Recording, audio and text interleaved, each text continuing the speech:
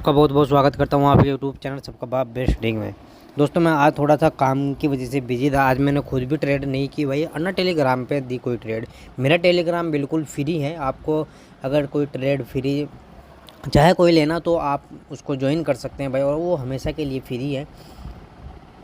Student भाई paper trading भी कर रहे हैं सीखने के बाद और अच्छा वर्क कर रहे हैं, वो मैंने टेलीग्राम पर भेजा भी है भाई, उन्होंने मेरे पास भेजा था। ठीक है, चलो खैर सीधी मुद्दे पे बात करते हैं भाई।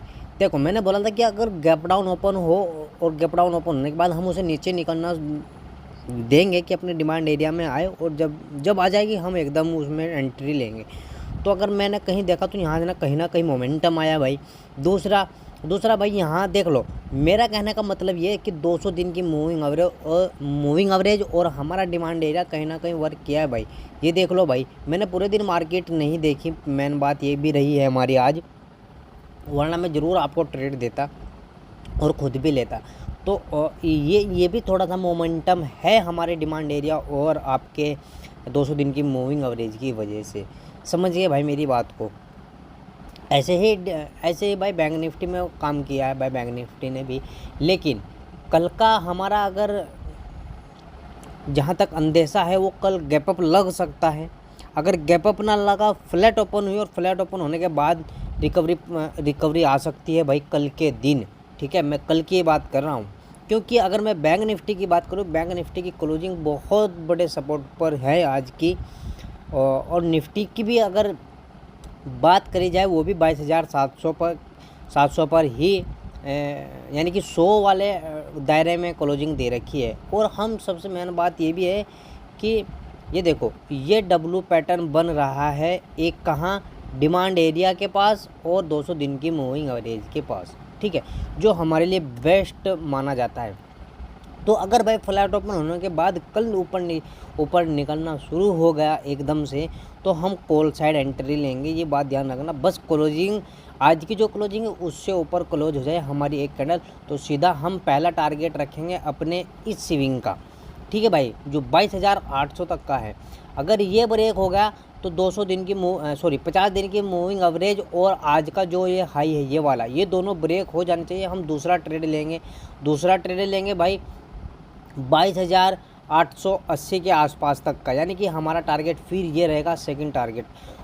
और अगर भाई फिर यहाँ से रिटेस्ट पॉइंट भी होगा, रिटेस्ट अगर आपको मिल गया तो फिर हम रिकवरी प्लान करेंगे दोबारा से। लेकिन अगर डायरेक्ट गैप डाउन ओपन हो गया 22,900 के आसपास या 880 के आसपास, तो हम वहाँ से पुट साइड आएंगे। और पुट साइड कहाँ तक आएंगे, 250 दिन की मूविंग एवरेज और आज का जो हाई है यहाँ तक के लिए हम पुट साइड आएंगे, और फिर इसी प्रकार से हम रिकवरी प्लान करेंगे भाई यहाँ से। और अगर 50 दिन की मूविंग एवरेज पर गैप अप लगा, यानी कि आज के हाई के आसपास अगर गैप अप लगा, तो हो सकता है कि वहाँ से हमें नीचे आना पड़े। अगर हमें नेगेटिव कैंडल मिली तो हम पुट साइड आएंगे भाई। पुट साइड कहाँ तक आएंगे, आज की क्लोजिंग के टारगेट के तक हम पुट साइड आएंगे भाई यहाँ तक। और अगर यहीं गैप अप भी लग गया 50 दिन की मूविंग एवरेज के पास और फिर ऊपर निकलना शुरू कर गए, तो फिर भी हम कॉल साइड जाएंगे। और कॉल साइड कहाँ तक जाएंगे, वहीं तक जाएंगे 22,880 और 22,900 तक के टारगेट के लिए भाई। ठीक है भाई। और अगर फ्लैट ओपन होने के बाद नीचे निकलना शुरू कर दिया भाई निफ्टी ने, तो हम पुट साइड नहीं जाएंगे। पुट साइड क्यों नहीं जाएंगे, क्योंकि पुट साइड एक स्ट्रेटजी हमारी बोल रही है कि हमें पुट साइड नहीं आना है, ये बात ध्यान रखना। और अगर कोई किसी प्रकार से आ भी गया भाई पुट साइड, तो अपने 22,600 के ये टारगेट हम रख सकते हैं भाई यहाँ तक के लिए।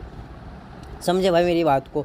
अगर डायरेक्ट गैप डाउन ओपन हो गई 22,600 पर, तो हम पॉजिटिव कैंडल मिलते ही हमें क्या करना है, कॉल साइड जाना है। जहाँ तक हमारा टारगेट रहेगा वो रहेगा आज की क्लोजिंग। ये निफ्टी का था भाई। और बैंक निफ्टी की बात कर लेते हैं अब। ये बैंक निफ्टी का है भाई। ठीक है, ये देखो भाई, हमने क्या बोला कि अगर गैप डाउन ओपन होता है और गैप डाउन ओपन होने के बाद यहाँ गैप डाउन ओपन हुई भैया, और गैप डाउन ओपन होने के बाद गैप फिल भी कर दिया और वहीं से नीचे बूम, है ना। और 200 दिन की मूविंग एवरेज तक पर सब क्लोजिंग दे रखी है और डिमांड एरिया के पास भी क्लोजिंग है, तो हो सकता है कि कल गैप अप लग जाए बैंक निफ्टी का, चाहे लगे 100 पॉइंट का वो लग सकता है। और जब बैंक निफ्टी का गैप अप लगा तो निफ्टी का भी गैप अप लग सकता है। और लेकिन हम चाहते ये हैं कि फ्लैट ओपन हो, हम चाहते क्या है कि फ्लैट ओपन हो, ठीक है भाई। उसका लॉजिक बताऊंगा कल की वीडियो में। अगर भाई फ्लैट ओपन हो गई और फ्लैट ओपन होने के बाद ऊपर निकलना ही शुरू हो गई, यानी कि अगर मैं बात करूँ 48,600 का टारगेट अगर बैंक निफ्टी ने पार कर दिया तो हम सीधा 50 दिन की मूविंग एवरेज तक जाएंगे, यानी कि 48,836 के टारगेट के लिए हम जाने वाले हैं भाई, समझे भाई मेरी बात को। और अगर डायरेक्ट ही गैप लग गया हमारा 48,836 के आसपास या 850 के आसपास गैप अप लग गया, तो भाई हम नेगेटिव कैंडल मिलते ही 15 मिनट की जैसे ही नेगेटिव कैंडल मिलेगी तो हम पुट साइड आएंगे अपनी क्लोजिंग के टारगेट के लिए, समझे भाई मेरी बात को। अगर भाई फ्लैट ओपन होने के बाद नीचे निकलना शुरू हो गई बैंक निफ्टी, आज का जो लो बनाया ये अगर ब्रेक होती है, ये ब्रेक हो गई तो हम अपने 48,250 के टारगेट के लिए आएंगे भाई, कि हमें यहाँ तक यानी कि 48,250 तक फिर बैंक निफ्टी आ सकती है, यानी कि यहाँ एक सपोर्ट है, हमारा डिमांड एरिया है। यहाँ किसी भी हालात में आपको अगर पॉजिटिव कैंडल मिल गई, दूसरी कैंडल उसके हाई को अगर ब्रेक कर ऊपर निकल गई तो फिर हम कॉल साइड जाएंगे आज की जो क्लोजिंग है वहाँ तक। अगर डायरेक्ट गैप डाउन ओपन हो गई 48,250 के आसपास और हमें पॉजिटिव कैंडल मिल गई जो हमें चाह रहे हैं, तो हम फिर भी यही यानी कि जो आज की क्लोजिंग है यहाँ तक के प्लान रखेंगे भाई, हमारा प्रॉफिट यहीं तक का रहेगा। और चाहते हैं हम यही है कि गैप डाउन ओपन हो जाए, ठीक है, या फ्लैट ओपन हो या गैप डाउन ओपन हो, सारी की सारी बातें भाई हम यही रखना चाहते हैं। लेकिन मार्केट है भाई खुलेगी अपने हिसाब से, न्यूज़ के हिसाब से। अगर वीडियो समझ में आई हो तो लाइक करना, कमेंट करना, दूसरे भाई तक ज़रूर पहुंचाना। जय हिंद, जय भारत।